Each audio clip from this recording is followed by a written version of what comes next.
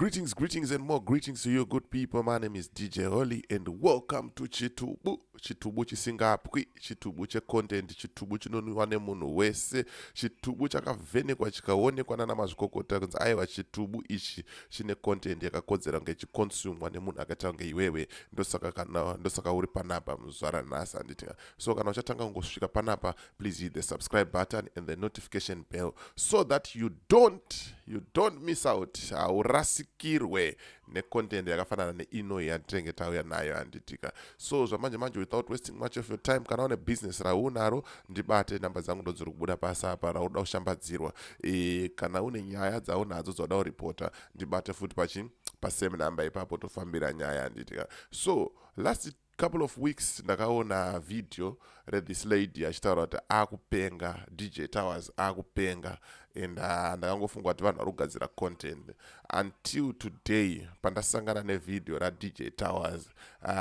Let me know what you think in comment section, kuti kuchiri kugadzira content here kana kuti munhu akutomhanya mushini zvekutodaro. Ndachingokumbirawo mukomana dai vangozomupawo mota adzikama, nekuti kana asiri kupenga ari kuda mota.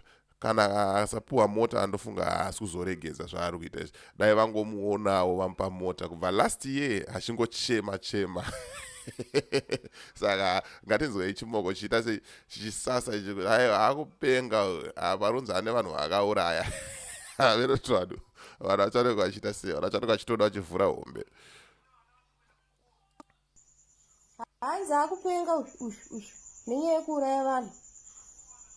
DJ Tawaz, motikari wakazoiwana here? Wakabuda iwe uchiti vanhu shandai, musamirire kuda kushandirwa. Shamisa akapinda muchangoshanda, ini ndinopfeka maguchi. Honai perfume yangu iyi, honai bhutsu yangu iyi. Muri vekushandisa vana DJ Tawaz. Ndimi vekutsikirira pamadhaka. Morariswa so. Vamwe votsikirira achikutsikai vachikuitai mastep kuti vayambuke pamadhaka. Koma youth akanga achikambena ari kumusha naimi. Muri kudii kunovapa? Right, iyo yemayouth aikambena ari kumusha ende imwe nyaya. Nyaya yanga ndichida zvamanje inyaya ya DJ Tawaz. Kuti hanzi akupenga, mazvinzwira omega achinzi hanzi akupenga handitika. There's a clip that I want to show you again, DJ Tawaz. Let me know what you think, kuti zvichiri normal here izvi kana kuti munhu akutomhanya mushini. Ona chamisa wakaruza. Zvekutodaro handitika. Let me just put it nicely there for you.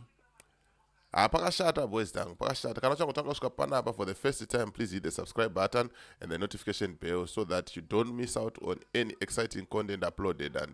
So yeah, that's the video DJ Tawaz randaku player ezvino izvi. Ndauti mungozvionera omega motaura kuti zvichiri normal here izvi. Ndezvekucreata content here. Chiko chiri kumbonyatsoitika handitika. Ona chamisa wakaruza, chamisa munanga gwacha iri idovi. Tiri kuzora bata takawina iri. Tiri kuzora bata iri, kuzora bata iri. Bata cup majaring iri. Tiri kuzora bata, Tiri kuzora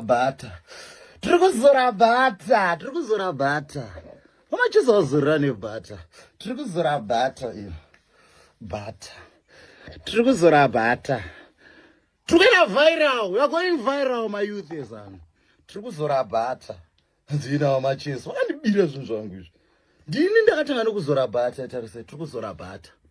Bata iri tiri kurizora. Chamisa wakaruza, chamisa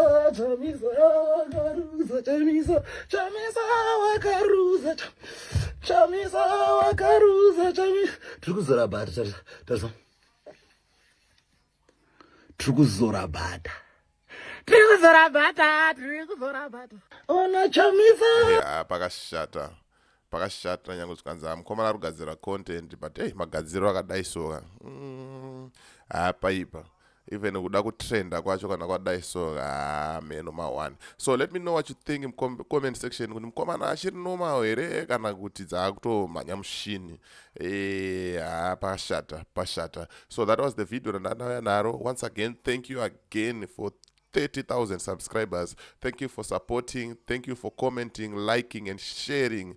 Chitubu anditika. So as for me, DJ Oli, and the rest of the crew behind the scene, is bye for now. To sangana mu the next video.